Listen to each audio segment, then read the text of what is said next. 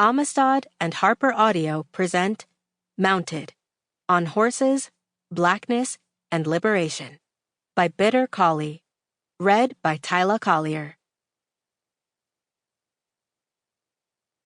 Introduction. In 2015, the Los Angeles Times tweeted side-by-side images of Serena Williams and racehorse American Pharoah, along with the question, "Who's the real sports person of 2015? The tweet referenced the Sports Illustrated Sports Person of the Year title, which Williams and American Pharoah had both contended for.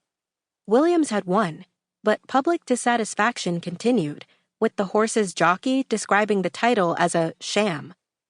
As many online critics noted, there were clear racial undertones in the comparisons between Williams and American Pharoah. Sports Illustrated readers had voted for the horse over Williams, and many simply seemed resentful of a black woman athlete winning the title.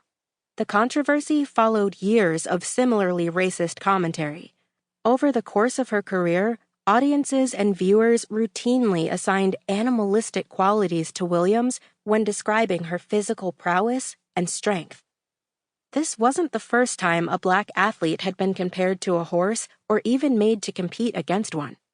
Throughout American history, the relationship between horses and black people has become a singular site for complex negotiations around labor, racial hierarchy, and white anxieties.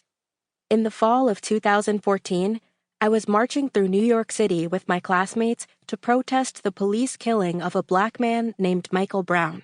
Later, from the common room of my college dorm, I watched footage of protests in Ferguson, Missouri, where Brown had been killed. I was struck by the images of walls of mounted police officers facing down unarmed protesters, guns and batons at the ready.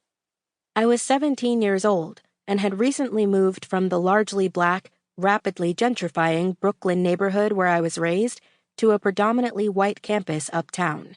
I had learned to ride horses as a child at Brooklyn's Kensington Stables, a small, racially diverse urban stable located across the street from Prospect Park. After riding throughout high school, I had joined my college's equestrian team weeks after Michael Brown was shot on a Ferguson street. That night in my dorm, I wondered what I would see in those horses' eyes if I were one of the protesters in Missouri. I wondered if their gazes would feel at all familiar, or if I would see only my reflection staring back at me in the polished surfaces of the police shields. This book explores many of the tensions I was beginning to understand in that moment of protest and personal change. In these essays, I examine some of the relationships between blackness and horses, exploring what these connections can teach us about nationhood, race, and American landscapes, both mythical and physical.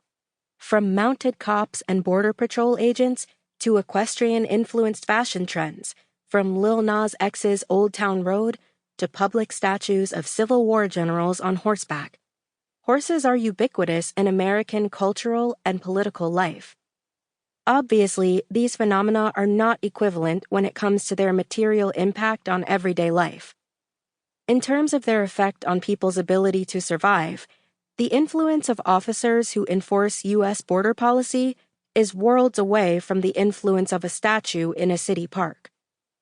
In engaging with such a wide range of examples, I show how the horse operates on multiple levels of society, from the media we encounter every day to the economic structures underlying our lives. Equestrian sports in the Western world originated with and evolved alongside militarization.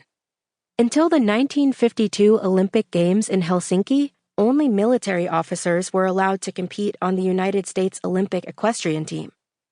Much of the apparel, training customs, and techniques of equestrian sports are drawn from a history of military conquest, and, therefore, from a history of colonial domination. What does it mean, then, for Black people to ride and tend horses within a context where horses are also used as tools of terror against them? I was the only Black member of the equestrian team in college, and the one who could least afford the activity. In order to offset my costs, I took on administrative work for the team in addition to my campus job. My coach Sample complete. Ready to continue?